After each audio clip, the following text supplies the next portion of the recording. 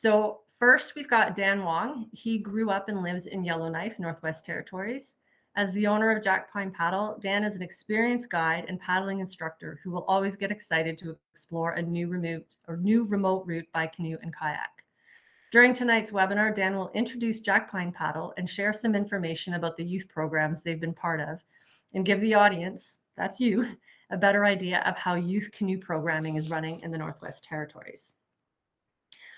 Following Dan, we will hear from Jake Weaver, who has been paddling since he was 8 years old.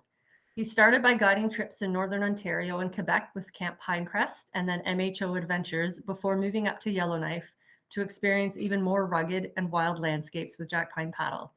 He is passionate about making paddling feel fun, welcoming, and accessible for everyone. During tonight's webinar, Jake will speak from a guide's perspective on training opportunities for the Selkie First Nations, Jackpine's involvement with the Ayalik Fund, and what the benefits for kids are on trip. Thanks so much, Michelle, for that introduction.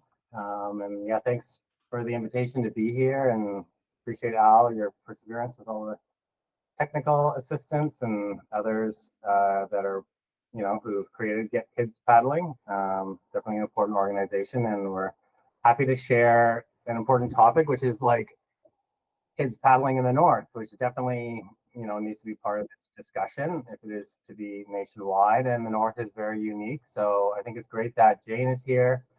I think Jake will have some really like on the ground field based experiences to share with you, and some great stories and messages.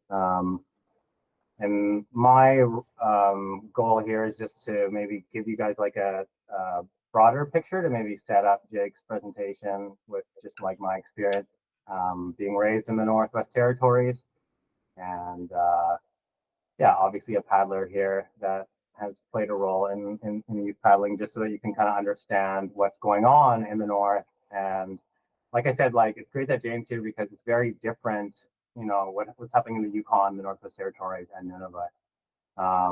I actually don't think there's any youth paddling happening in Nunavut right now, unfortunately. I could be wrong on that, but I don't think I am. It's just like very short seasons and all sorts of logistical issues. There are Nunavut youth getting paddling experiences though through the ILIC Fund, but as far as I know, there really isn't like youth canoe trips at this time, at least, happening in Nunavut, which, as you guys know, like used to be part of the Northwest Territories until it got divided a while ago. But just to like paint the big picture, because I think that this is a great group that's trying to understand the state of youth paddling across Canada. So just some information for you on the Northwest Territories. And I know that some of you like have, like Michelle herself has been on a trip looking at many regions of the NWT, but some of you may not have a lot of exposure or understanding of what's happening up here.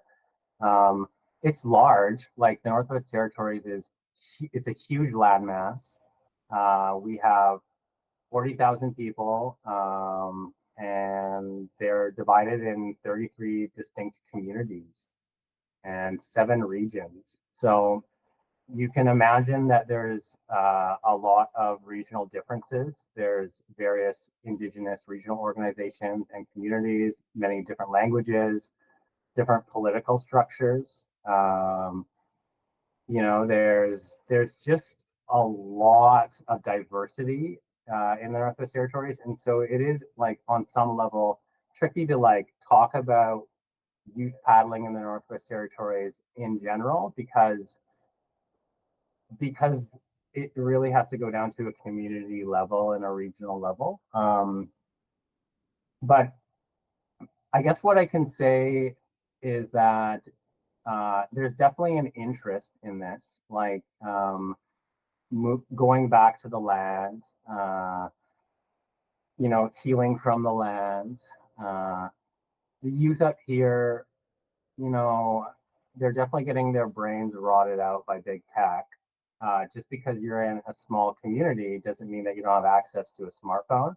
So in some respects, we do have some of the most vulnerable youth, across Canada. When you look at graduation rates, you look at suicide rates, you look at other social indicators.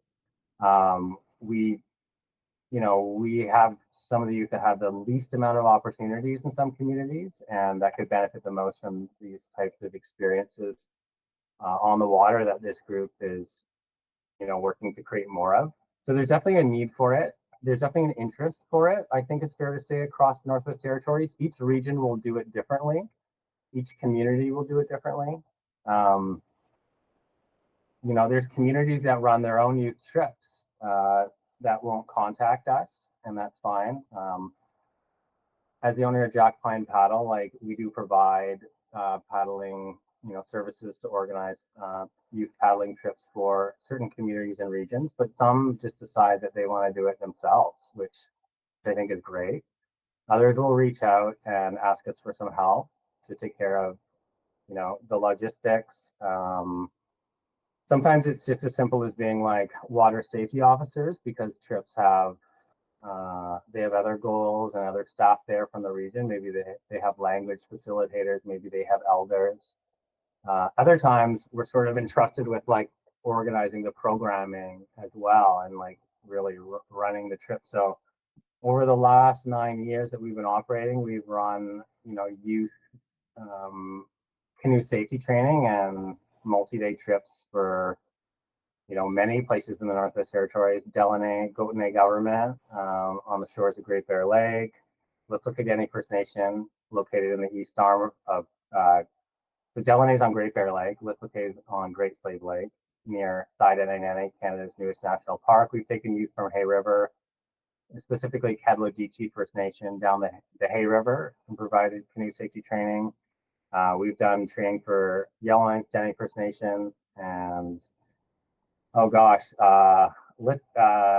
Lidikwe, Dene First Nation, and youth across various Decho communities. So there's definitely paddling happening. I feel like it's probably higher per capita than other parts of Canada, just because of the interest that we have among the regions and the communities, and like the focus on youth. I guess the other the other thing I'd like to get you to understand is that it's not really funding that's a problem. I mean, to some extent, it is, because it's quite expensive to operate sometimes, like either for us to go to a community to provide a service, or a region and community to send youth flying around the north somewhere else. Like, it's just the travel costs add up real fast. But there is a lot of grants available. I don't, we don't actually have a real economy in the Northwest Territories. We have a government economy. And I guess what I mean by that is 75% of the gross domestic product is actually federal transfers to the territorial government. So it's not like money is being just handed out to people on the street willy-nilly, but the bottom line is that like our territorial economy is basically based on federal transfers. So the government sector is much larger than any other place. Way more people here on a percentage basis work for the government. Almost all businesses are directly servicing the government or indirectly servicing the government. And so it creates a very stable type of economy in some ways. It's not really based on productivity, but it's just it is unique. And so there are certainly funding opportunities available through various sources for these trips, even if they would cost more to deliver than elsewhere in Canada. But that doesn't mean that there aren't other barriers.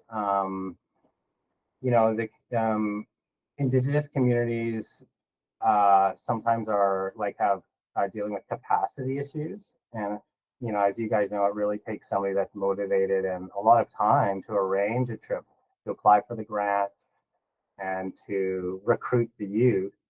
And there's often a lot of competing priorities, and in some of these remote communities, the folks that have the right training and experience and commitment to, moving the community forward, they just don't have enough time to do everything that needs to be done. I think the ILEC Fund has a really strong model. We've been running canoe expeditions for youth across Nunavut through the ILEC Fund. I think you guys had David Pelly on an earlier presentation. And I guess there's a couple reasons why they stand out in my mind. But I think above all, and I guess with funding, it's interesting because their trips are very high cost, but they actually, I think they get very little government funding, or for many years, they actually operated with private donors. And if any of you are on the call here, I can say that your support is really making a difference. But the ILEC Fund finds the kids. And that's becoming increasingly difficult these days. I mean, we have run programs, certain programs where very few kids will show up in the end, and that's for various reasons. Maybe the local coordinator is, for various reasons hasn't been successful, and there's a lot of challenges for that these days. But the ILEC Fund is finding a way to find the kids, and I think that's because, well, they have a lot of relationships across many high Arctic communities in Nunavut. David and Lori have a long history in Nunavut and the Arctic, and they have various community coordinators who work on the ground and basically self-select like the youth that can benefit from these programs. So they've established like quite a deep network of on the ground support, because that's like, it's not really getting the funding and getting the grants. It's like having those relationships and doing the work on the ground in these distinct and diverse communities spread across the North to then find the youth that, can benefit from these programs, sign them up, work with the parents who may have various concerns. As Jake may say, tell you it's okay, like literally drive around in a pickup truck the morning of the program and just haul kids out to make sure they show up. But it really, like, we can deliver our part by having great instructors and guides like Jake and others. We can help point communities towards grant applications, but we can't be the ones on the ground, recruiting, and that's like a huge part of making any kind of program like this successful. Obviously, you need the youth to have, you need the kids to get kids paddling. So Jake will share more about his experiences actually like guiding these trips, and he'll have a great presentation for you. I just kind of pull things together and do a lot of business stuff, unfortunately, and just do office work these days, although I still get out to guide. But I don't know if anyone had like, one or two specific questions that I could answer. I do have a call with the client, so I was going to log off after setting the table here for Jake. So if you have something, you can pop it in the chat. Brian is also here. He's been an expedition leader on many of our ILEC boys canoe trips. But if there are no other questions, without further ado, I just wanted to pass this over to Jake. He can,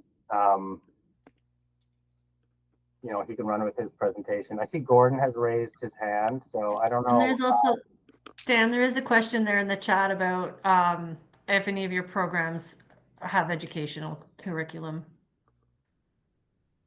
Yeah, I mean, Jake can talk more about his experiences with Let's Look at Danny First Nation, the ILEC Fund. It's totally based on who we're contracted by. And like I said, there's the North is diverse, and the communities in the North have different goals.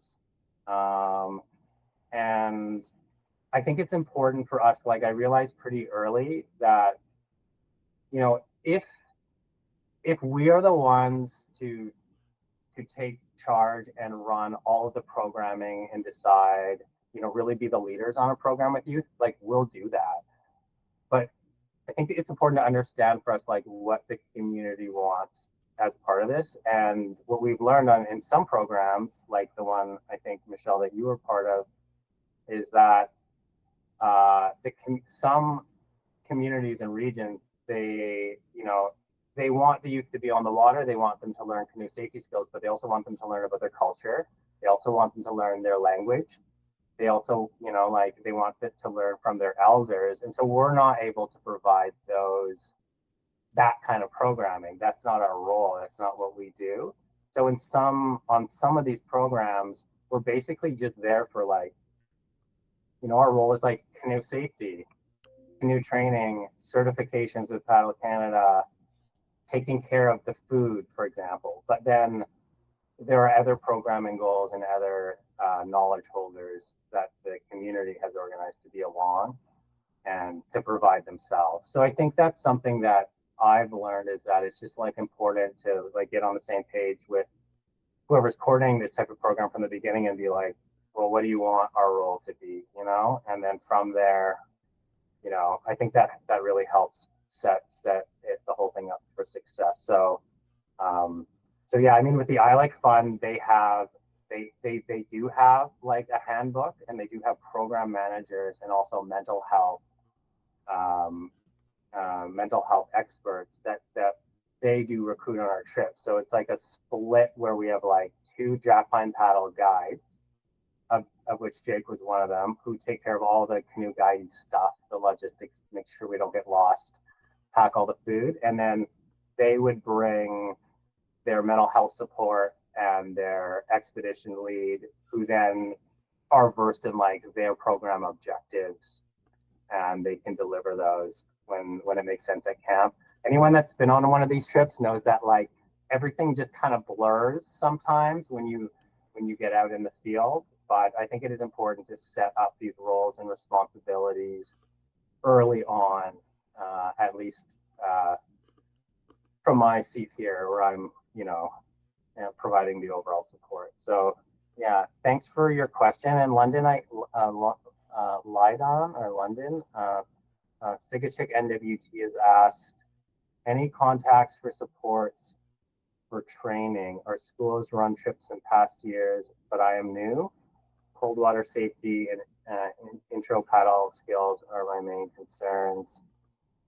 Well, I guess we are a contact, and I'd be happy to chat with you more to provide paddling, Paddle Canada canoe safety training in Sigachik.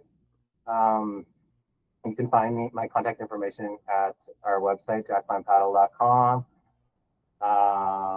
There's various rec associations in the north, but I'm happy to follow up with you and help you access the grant funding you need, and just hear what you're looking for and seeing how we can make it possible or help point you in the right direction. I can understand in Yellowknife, and I've been there, that it's easier maybe to organize anything going and also to recruit. But in the communities out the back, are there enough people in any community? Do they have the canoes on site that they can even use? Do you have to bring people from several communities to make a trip, for example? And that would require flying and all that kind of things. How do you deal with the smaller communities in a physical sense? Yeah, I mean, it's a great question. It's there's 33 communities. They have various situations, some are road connected from Yellowknife, so we could bring in our gear. But many are not road connected. So then to provide the training in their communities, they would have to have boats available, or maybe we could supplement with some alley pack canoes, which we've done. There's kind of always a few canoes hanging around the communities, almost all of them. And the people that live there tend to have access to them. So we kind of work with what's available. But yeah, it's really different. Some communities have big canoes and they like to use them because they're on like a big lake, like Great Bear Lake or Great Salt Lake, or they're going down the Mackenzie River. Some have like Betchico has like these like 10-person canoes that are like not like a big canoe, but not a 2-person tandem canoe, and they do an annual trip every year with those.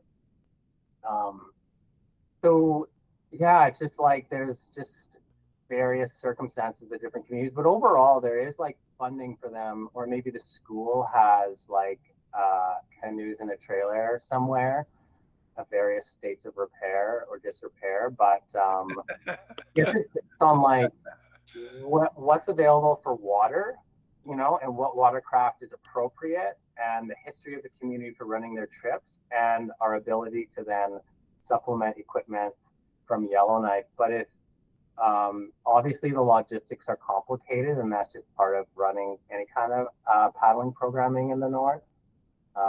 And like we wouldn't be able, like I got a call from like Ulahuktuk up on like a high Arctic island that wanted to run canoe programming. And in order to do that, we would have to basically bring in like pack canoes, because to get hardtails up there would be like, it would be like $75,000 to bring like 6 hardshell canoes up to Ulahuktuk just for the so I think that's like one of the barriers. But the fact that we have resources available to meet these, like I think it's not like actually the biggest problem. There's always a grant to pay for that, it seems. Thank you. Yeah, you're welcome. Okay, so I guess without further ado, maybe I can just pass it over to Jake. Jake, are you good to go? Yeah, I'm good to go. Thanks so much for that great overview, Dan. So my name's Jake Weaver, and I'm going to be talking about youth paddling opportunities that I've been directly involved with Jackpine paddles. So we already kind of went over this. I didn't know I was going to get such a great introduction. So I think I'll add on to this with just a little fun fact about myself. My 2 favorite foods on trip are canned peaches and a meal that I have dubbed cowboy potatoes. And so it's just hash browns, salsa, peppers, onions, and any other of the good veggies that you might have left over after a couple days. So a little overview of the 2 biggest programs that I'm going to be talking about. So the first one that I'm going to be talking about is the one that Dan alluded to. So it's the Retracing Our Roots canoe trip with Litzel Cay First Nation. And then I'm also going to be talking about the IALIC Fund. So IALIC Fund and Jackpine Paddles run 2 North Arm canoe trips based out of Yellowknife, one for males and one for females. You'll see mostly the males or male presenting in my presentation, but just know that that's the only one that I had pictures for, but we do run it for both. So Litzel Cay First Nation, some of you might not know exactly where that is. So Litzel Cay is, if you look on this bottom picture, it's on the east arm of Great Slave Lake. So on the top picture, you'll see the green outline, and that is Canada's newest national park. That is the Thai Dene Nene, and then Litzel Cay stands as like the gateway to Thai Dene Nene. So it's the closest airport that you can fly into to have any trips in Thai Dene Nene. It's the easiest logistically. There's charter flights in there due to a fishing lodge that's just on the other side of Stark River. And yeah, it's a really, really amazing location. Population about 300 people. This is like, so last year was my first time ever hearing of Litzel Cay, ever being there, ever even having it as a blip on my radar. The access is fly in. You can take like a boat. People from Litzel Cay do boat to Yellowknife sometimes, but it's a 2 to 3 day boat. So you're like boating, motorboating, and camping along the way. There is a winter road in there due to the mines, and many of the residents will also use their snow machines, and they'll use the lake as their winter road. Thai Canada's newest national park, it means land of the ancestors in Denisulen. And Denisulen is, so many of you have probably heard the term Dene for a lot of these northern First Nations, and that's an overarching term, Dene. And Denisulen is what Litzel K is mostly composed of. It's just like a subsect of the Denisulen nation. And Thaidene Nene is quite unique because the Little K First Nation are the leads on many management decisions. And many of the Parks Canada workers up there are also full-time Little K residents. So Indigenous guardians patrol and monitor the land, just like you would have like a park patroller down south. And yeah, this is really setting the model. It's something that like has never been seen in Canada for cooperative governance and Indigenous protected lands. This last point I want to make like quite a large note on, because this is something that you'll find with Thaidene Nene is oftentimes parts of the parks will be closed for portions of time during what would be the paddling season due to gatherings or due to like events at certain locations that still are in the park and are very important to the Dene and Denisulen First Nations. So I find that very interesting. And they have a great map online that shows and names all like the most important places within Thaidene National Park. Oh, there we go. I'm just gonna play the short video put on by the GNWT. We're in Lutsike, Northwest Territories. Come all over. We'll take care of you.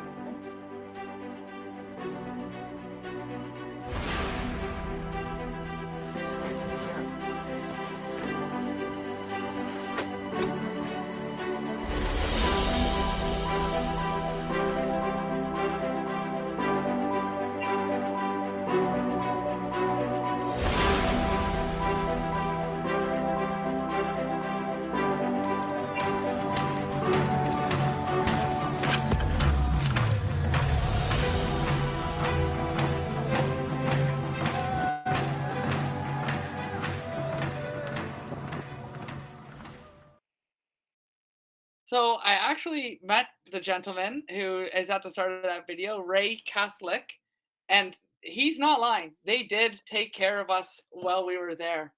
So for the setting up of the Thaidene Nene, before they don't have a parks building built there yet, but they do have an out camp that they call it, set up as a impromptu like parks building. And so Ray and some other of the Catholic families and some other Parks Canada workers took us out for the day before we did the training, and they took us out to this out camp to see like Thaidene Nene and everything that it has to offer. So if you look in the top right, this is my co-instructor, Peter Greenland, who is another Jackpine guide. So they took us out, and if you don't know much about the East Arm, it's known, it's almost it is world renowned for its lake trout fishing. So we pulled out they took us out there, they had nets already set up. So they took us out for the day, and we had some trout fishing, some trout netting. We got to clean the trout, and they also brought out some muskox for us. So we had like an amazing muskox on the bone, like slow roasted for 6 hours over the fire while we were there for like lunch, early dinner, which was like so amazing. To the far left here is a moose hide that this Parks Canada worker, I believe her name was Hannah. My apologies if I got the name wrong, if she sees this. But this was a moose hide that they were drying that her son had harvested in the fall. And later that evening, we came back, and just to the right of the hide, there was a fishing derby in town that day. So these are all of the prize fishes that ranged from 18 to 31 pounds. And that was amazing. That was put on by the band up there. And that was just like so amazing to see. So I played sort of like the pre-training role in this larger retracing our roots canoe trip that was put on by the Thai First Nation. So their main goal for this trip is to really continue and ensure that their traditions of the Denaisulan way of life continues long into the future. So this was a 7-day canoe trip for them, one of their many land or water based programs that they have developed to really bring elders and youth together and bring the learning to between them, just to like really strengthen those bonds, especially with Dan, what he was saying before about like how all of the communities are having this large disconnect, and that they like have all these kids that are like, and we're seeing it down here as well, it's like a generational problem that we're having a large generational gap, because like even like our knowledge is like not getting shared with the youth, or like, it's just like a sort of a global issue, and this is their way of like confronting it. So the Retracing Our Roots canoe trip, as a large trip that they went on 7 days, where they started at Golaga. So, but they started in Litzelke. And can everybody see my mouse on the screen? Yes, we can. Thanks, Jake. Perfect. Awesome. I just wanted to use that as a reference. I just didn't want to like point. So they started on this shore here on Golaga, which is Denaisulan for Great Slave. They got boated out by elders just because this crossing is harrowing. It might not look like so much on this, but in total, it was an 87-kilometer canoe trip, and you'll see how they went. The canoe trip started here, and they navigated through the gap. I'm sorry, but I don't know all the traditional names here, and the pronunciation escapes me, so I'm going to call them by their English names, but I did provide you with the traditional names there. Through the gap, they went over to Wild Bread Bay, which is, it looks like it's called Shelter Bay, but it's still a piece of Wild Bread Bay there. Over the portage into McLeod Bay, or what it's named here as Lost Channel.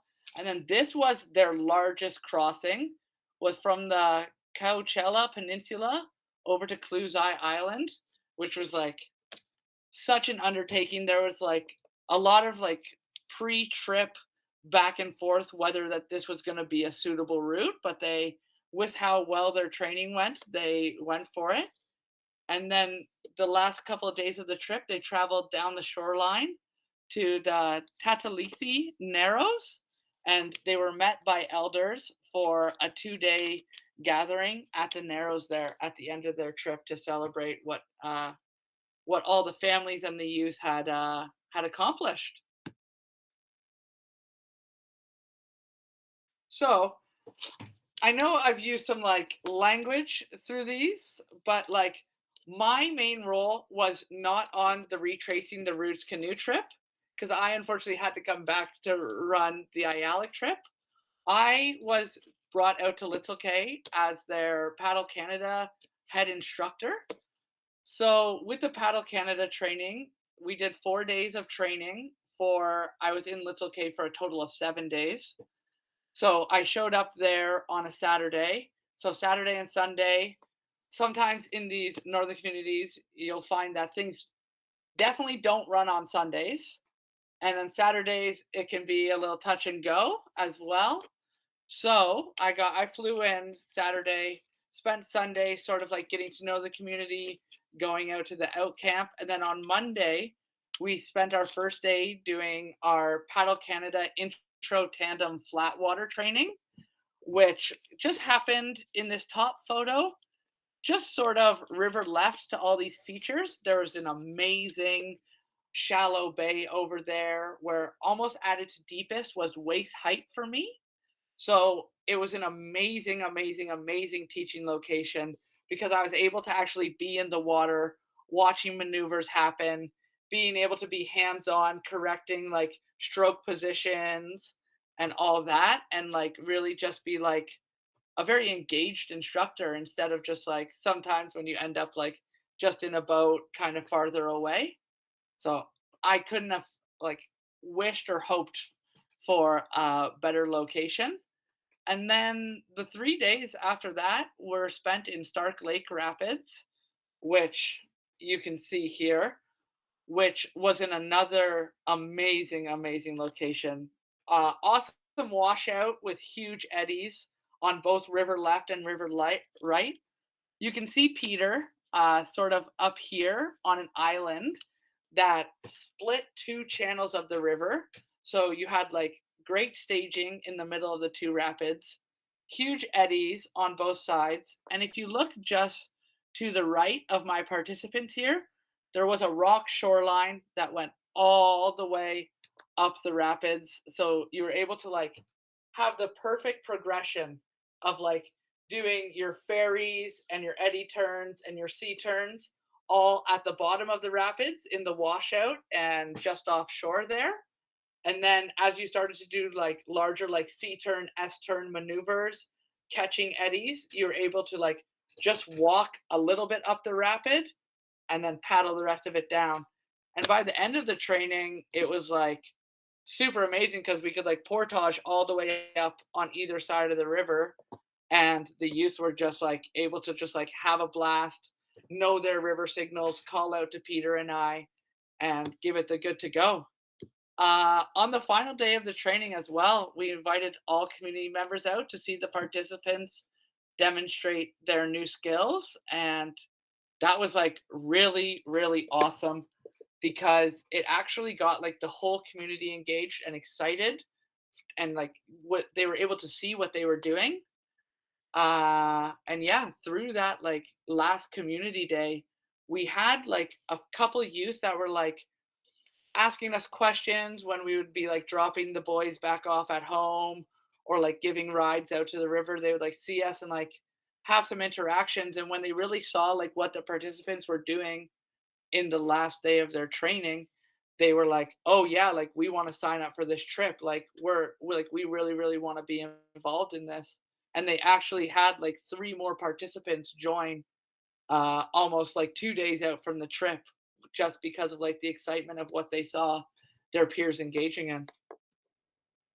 Some of the highlights of this trip for me, as I just spoke about it, the location and the training site are like what you dream of as an instructor. Like I really like it's like it was just so perfect. I like walked out there after getting our truck on Sunday and I was like, I already know how everything is going to be staged. There didn't have to be any creativity to it. It was just, oh my gosh, so amazing.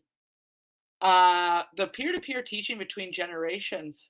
So with this pre-trip training that I was running, we had about 4 teenagers, 2 younger kids, and then we had 5 like early 20s and adults come out. So this is like our last group photo that doesn't even show everybody because of like everybody has lives and moves on between things. But yeah, just like watching a mom and her daughters be paddling in the same boat and then being able to like do these maneuvers and like gain that like real big trust and safety with each other, but also then to like switch bow and stern and to like have that same like trust and safety and like respect and like watching that grow was like super super amazing. Yeah, watching the excitement from the community. One thing that was like really awesome, we were given a truck and the site was kind of like a few kilometers down the road. So I know Dan sort of like alluded to it in his talking, but we were almost running this truck like a school bus where like we would go from like where we were staged at which was like our community house. And then we would like do a little route through Little K, and we'd be like picking up community members all throughout the morning so that we could like have the perfect amount of training time and like really get them out the water on like that like 9 to 5 that we were looking for. So that I think that was like so fun because like it just like gave us like a really like it showed the community our commitment to them, and they really showed that back to us by like really communicating, saying, and they were like really amazing, being like, okay, I'm not going to be able to show up these days, but I can show up around this time. Like, what time do you break for lunch? And yeah, it was kind of more of a fluid training as happens in these northern communities. But yeah, it was just like so heartwarming. And for me, a big highlight was being part of like a broader vision because I'm just coming in. I only get to see this like small part of it, and I have to run it like a certain way to like meet all the criteria that we're looking for from Paddle Canada. But knowing that like this is going to set them up so much for like such success in the future on their trip was like a big highlight for me. Next, we're going to move on to the IALIC Fund. IALIC Fund. I like that though, the IALIC Fund North Arm canoe trip. So I know we've had David Pelly on before, but for any of you that don't know what the IALIC Fund is or what they do, it's a Canadian charitable organization that provides transformative outdoor experiences for Inuit youth. The programs are centered around building confidence, resilience, leadership skills, and well-being by giving these youth an opportunity that they may never have before, after, or in their lives. The trips that IALIC Fund runs in partnership with outfitters like Jackpine, like us. They do 10 days canoeing on Great Slave Lake for both like a male and a female, as I said before. They do 10 days canoeing in Quebec, where they partner with YMCA Wanakita, which is a camp down in Haliburton. If anybody's familiar, I know it because it's where I grew up. Or they also run for, this is also sort of a progression. So once you're in with the IALIC Fund, you'll do like Great Slave Lake, then down to Quebec. You can like age out of working with Jackpine, then you end up going to Quebec. And then if you like keep working your way through and are still interested, you can end up on a 2-week trip on a tall ship from Quebec to Nova Scotia, which is so amazing. Like that's a trip that I would love to be a part of and guide.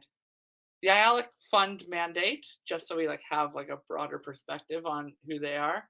The IALIC Fund gives Inuit youth who are otherwise not having such opportunities a chance to build self-esteem and confidence through challenging outdoor adventure, meeting other young Canadians, and social cultural exploration. That's like something that I really, really loved about this trip is watching all of the youth from all these different communities like talk and interact, and like they through travel up there like on the ice, they like have connections with each other, or like through sports they'll have connections and they know of each other or they know of friends in those communities. But like listening to those like interactions and that like really like web building between them, I thought was like super, super awesome. So yeah, youth are given on this trip, youth are given the opportunity to grow through the programming structure, offering peer-to-peer mentorship throughout the expedition. So as I was saying, they have that like real peer-to-peer growth, and through the way that we run these trips where they like sort of come back to it year after year, it really gives like these amazing opportunities to see like boys that have been coming for like last year or even 2 years interact with the youth that's like just 1 year, just like being like, oh hey, here's how you do this, like here's how the bathroom's gonna run, like oh don't bring that on the trip, like you're not gonna need that, or like here's what you should bring, here's like that's just like so amazing to see with these youth. Jackpine's role in the trip. So we are part of like the on water safety. As Dan said before, it's like an instruction team of 4 where we have 2 Jackpine guides and then 2 IALIC instructors, one who we have the pleasure of having in our meeting today. We have Brian Brown with us, who I got to spend 10 days on Great Slave Lake with, and who I'm looking forward to spending another 10 days this summer with. So we provide like all the classic guide stuff, which is like wilderness first aid, swiftwater rescue, and making sure that all Paddle Canada standards are being met. We do like hands-on skill development. So just like the IALIC trip, we run like Paddle Canada training as like a pre-trip training ground for these boys so that they like learn how to canoe, they learn how to set up a tent, they learn there's like sleeping bag and sleep system before we go out on our expedition. And yeah, we also like as part of like our team of 4, we all sort of facilitate cultural and personal growth just through like being able to like talk with these kids and like how the we all sort of remember our first time on canoe trip, all the nerves that sort of build up, and like yeah, just like how the peer-to-peer growth happens, it also happens between like our experiences with the youth and that sharing connection. As I said, we run sort of like a 4-day pre-trip training at a local like campground or provincial park, where we do like the same Paddle Canada intro to lake tandem paddling. We do like a whole hands-on like look at everything they brought, get really hands-on with what they brought. This is also a really nice staging area because we get to like really check out things, and we can also still run back into Yellowknife for the evening and like gather materials that like we may not have. We may need like sweaters, we may need sunglasses and hats. So this is like a really, really important stage for us, which I think is sort of almost understated in the South. We sort of like become accustomed to like, okay, here's the packing list, and like the parents are able to go get that right away before they come. That that's not that's not really going to happen here, just because of like they're already like flown into Yellowknife and already so far away from their home communities that like IALIC's funding and like all of their donors are able to provide the opportunity that we can run into town and grab those things. They also like start to learn our camp systems 101, how we're going to do drinking water, how we're going to do like our dishes, how we're going to do cooking, and obviously our leave no trace.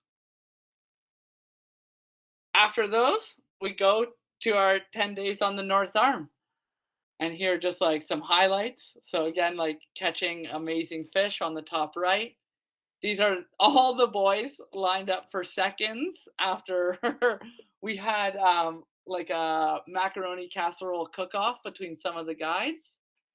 And then the other 3 are just some of the beautiful, amazing open water landscapes you can get on the North Arm. Perfect segue. The North Arm. I can't speak how amazing the North Arm is for a trip like this. So the North Arm, for some of you that don't know, is just out of Yellowknife Bay, off to the west side of Great Slave Lake. And it's sort of like all banded islands all throughout there, ranging in completely different sizes.